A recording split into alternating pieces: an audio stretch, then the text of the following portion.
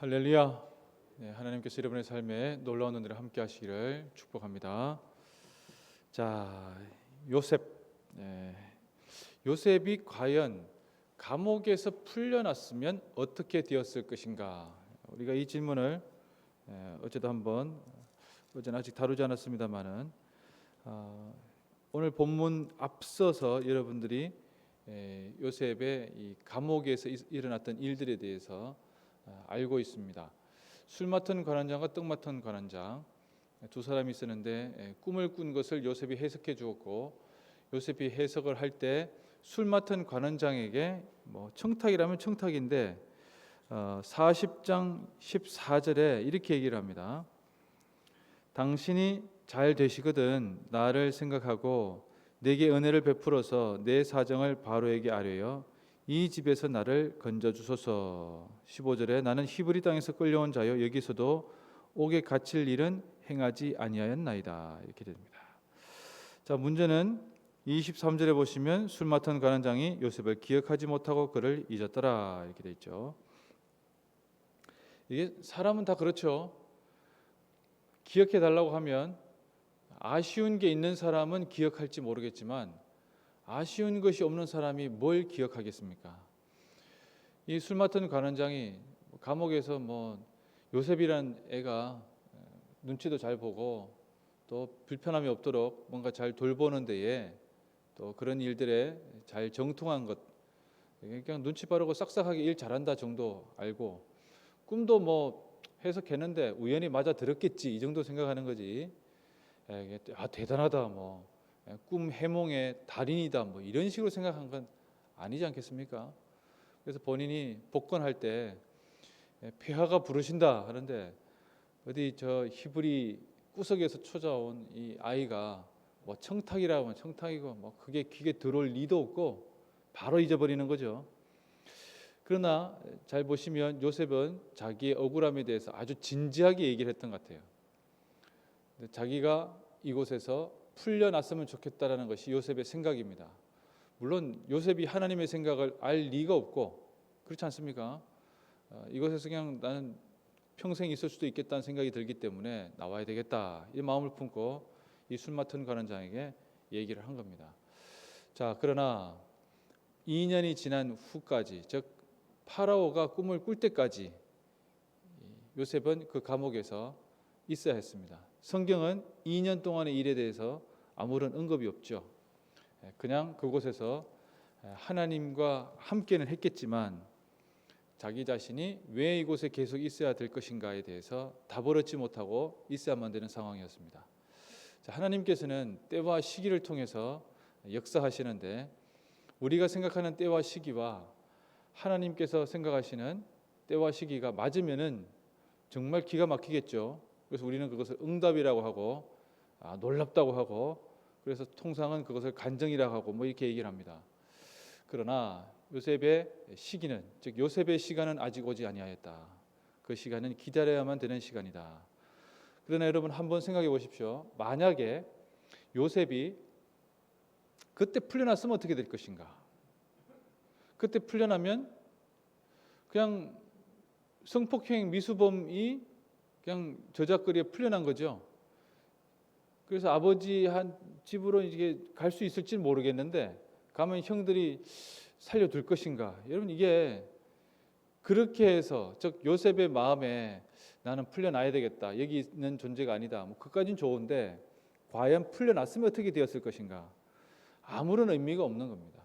어떤 의미를 발견하기가 쉽지 않아요. 물론 한 개인의 목숨이 살아났다는 것은 의미가 있겠지만 그렇다고 해서 그의 인생이 어떤 하나님의 뜻하심 가운데 기여할 수 있는 바나 우리가 후에 이어지고 있는 이런 사실들을 알고 있을진데 요셉의 풀려남은 이 이야기의 본질도 아닐 뿐더러 그런 의미도 없다는 것입니다.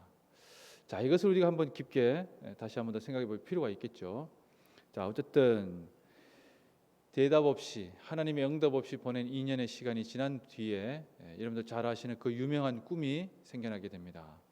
그래서 이 술 맡은 관원장이 그때까지는 까맣게 잊고 있다가 파라오가 꿈을 꾸어서 해석하라고 하니까 아무도 해석하지 못했고, 파라오가 너희들은 꿈도 해석하지 못하는 존재들이구나, 실제로는 정말 다 죽여버리겠다, 뭐 이렇게 분위기가 나왔겠죠. 그때 이제 술 맡은 관원장이 머릿속에서 팍 떠오른 겁니다.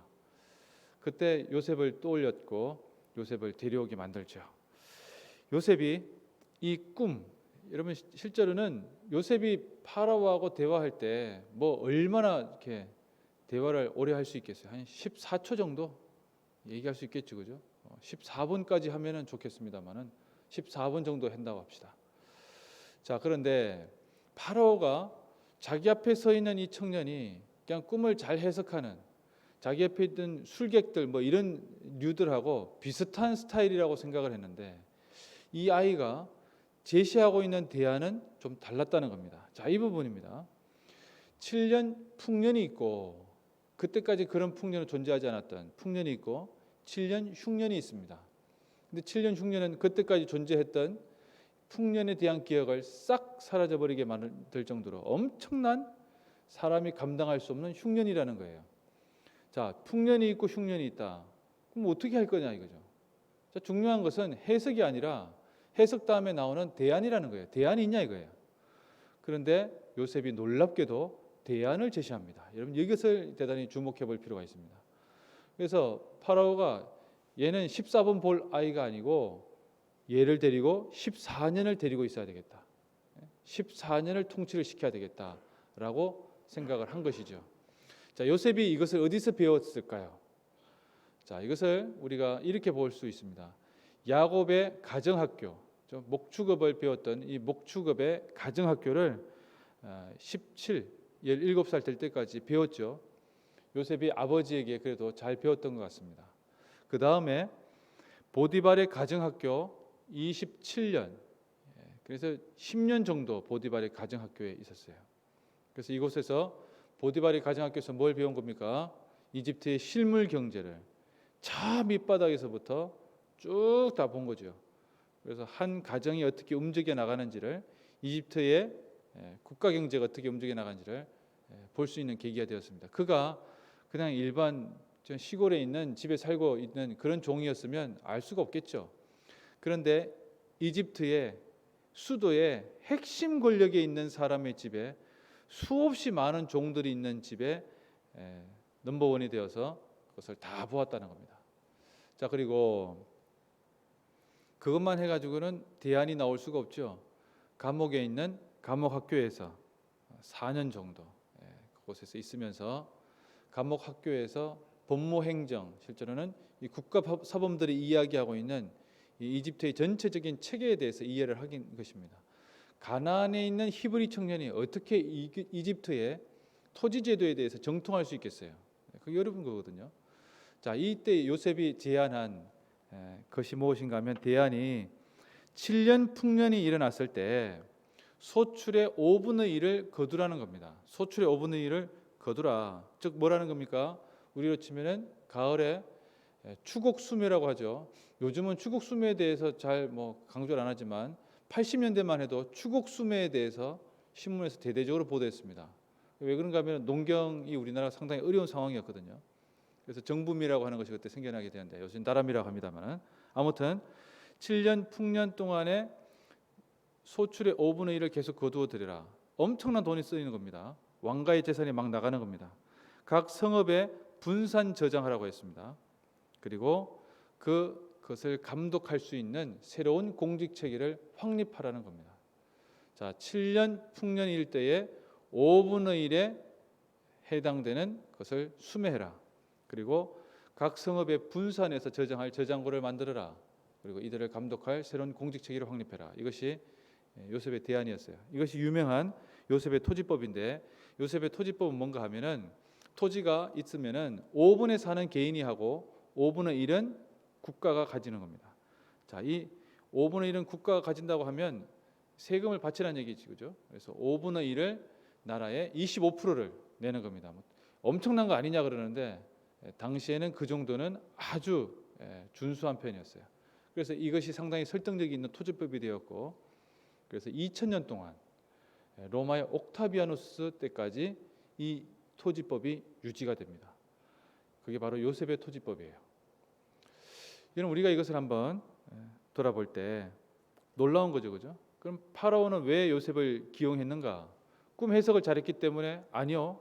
그렇게 해석하는 것이 아니라 요셉을 통해서 어떤 것입니까? 지금 당장 일어나게 될 풍년 7년과 흉년 7년이라고 하는, 실제로는 흉년 7년의 국가 비상사태를 어떻게 해결할 수 있을 것인가 라고 하는 겁니다. 그것을 통해서, 요셉을 통해서 국가 비상사태를 해결할 것이고, 그리고 국가 비상사태를 해결하는 것을 통해서 권력의 안정성을 확보할 수 있을 것이다, 이렇게 바라보았다는 겁니다. 이것이 바로 요셉이라고 하는, 바로 그 한 사람을 통해서 하나님께서 차근차근 이루어 가시는 그 모습을 우리가 볼 수가 있겠습니다. 자, 그래서 요셉은 결국에는 이집트의 총리가 되죠. 이름도 바꾸고 버금수레에 태우고 자기가 가지고 있는 인장 반지, 결제권을 요셉에게 줍니다. 우리 그 다음 절에 41절부터 보시면 쭉 나오는데, 아무튼 세탁을 해주죠. 신분 세탁을 해서 제사장 권력의 딸하고 결혼하게 시키면서, 이집트라고 하는 나라가 왕이 있으면 바로 밑에 제사장 권력이 있거든요. 그 밑에 이제 귀족이 있고, 그러니 가장 높은 자리에 있는 가문과 결혼시키면서 가나안에 있는 히브리 출신이라는 것을 지워버립니다. 자, 여기까지가 총리가 되는 중요한 자리가 되겠습니다. 자, 여러분, 여기가 끝일까요? 우리는 이 이야기를 알고 있기 때문에 더 있으리라고 생각을 합니다. 여러분, 한 사람이 어떤 성공의 자리에 오를 때 그것이 끝일 것인가?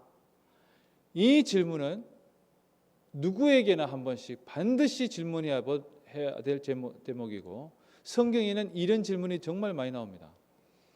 대표적으로 요셉도 그 질문이었고, 또 하나 어디 있습니까? 에스더의 질문이기도 하죠, 그죠? 모르드게가 에스더에게 네가 그 자리에 왜 있는지 너 왜 모르겠느냐? 이때를 위함이 아닌지 누가 알겠느냐? 우리는 다 죽어가는데 너 혼자 지금 왕 옆에서 살 수 있으리라고 생각하느냐? 너는 출신이 이스라엘 출신인데 너는 살 수 있으리라고 생각하느냐?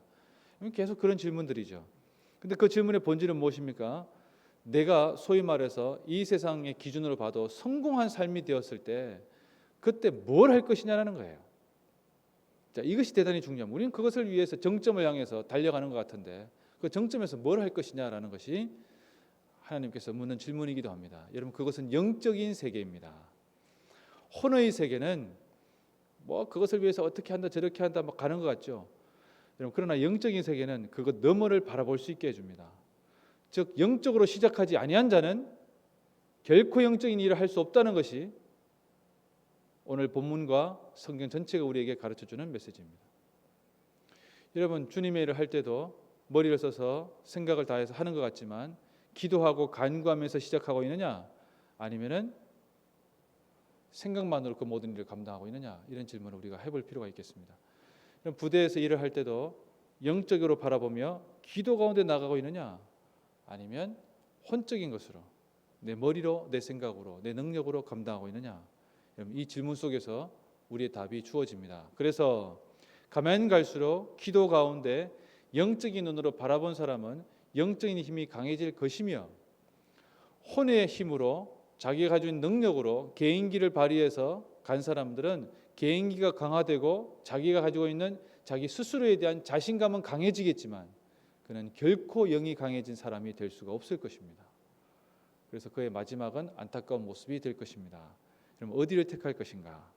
이것도 우리가 한번 바라볼 필요가 있겠습니다. 자, 오늘 우리가 같이 기도할 때, 하나님, 우리의 삶 속에서 내 남편이, 내 아내가, 내 자녀가 소위 말하는 어떤 정점이나 또는 어떤 성공의 자리에 이른다 할지라도 그곳에서 하나님의 일을 할 수 있는, 하나님의 일을 하려고 하는 영적인 생각으로 영적인 사람이 되게 하여 주시옵소서. 이것을 위해서 간절히 기도했으면 좋겠습니다. 그리고 하나님, 우리가 삶을 살아가며 육이 아니라 혼이 아니라 영의 일을, 하나님의 일을, 또 하나님과 함께하는 믿음의 일을 감당할 수 있게 해달라고 우리 간절히 기도하도록 하겠습니다. 기도합시다.